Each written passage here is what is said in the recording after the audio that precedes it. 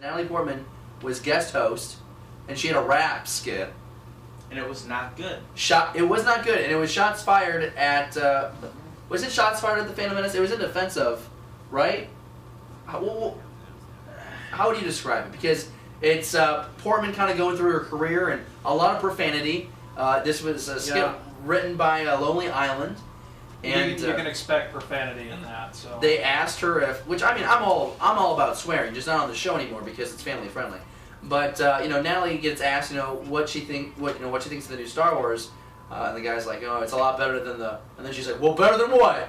And then she's like in this like Queen Amidala garb with a gun hanging out, and here's what we were blasting or stashing. Blast it or stash it. This is a good move for Natalie to do in a way to crap on the prequels. Because this is not anything that's going to motivate me to... this is not in defense of.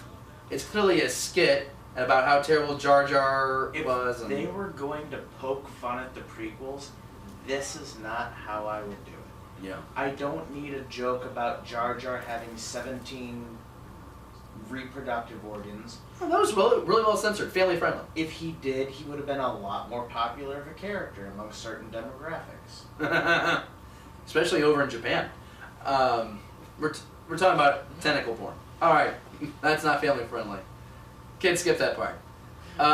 It was garbage. It was pretty bad, and it's really disappointing too because there were a lot of reports, Jesse, that Natalie Portman was kind of difficult to work with on set of 2, and especially Revenge of the Sith.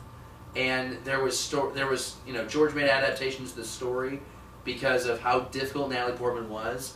Is it kind of painful to kind of see her in a way kind of like crap on the prequels like this? Because it is all a joke about how bad they actually are, which I don't think they are. I'm a prequelist.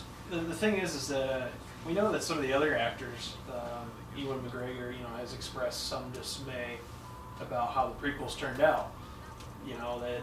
The bad flack that they got for it, and it's just kind of like, in retrospect, if you really look at it, there is a lot of great elements in those movies.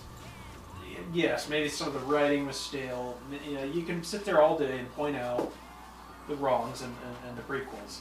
There's a lot of things they got right, though.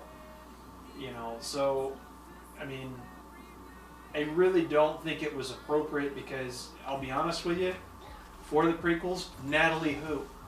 I'm sorry, but Natalie who? Yeah, they kind of made her. You got your career took off because of Star Wars. Okay, and maybe that's a little harsh, but I think you should be a little bit more thankful. And maybe this was just all in good fun. I think it was. It just wasn't funny. I guess that's my. That's what I didn't find it funny because you're mixing very adult comments in with a character that is seen as a role model by children.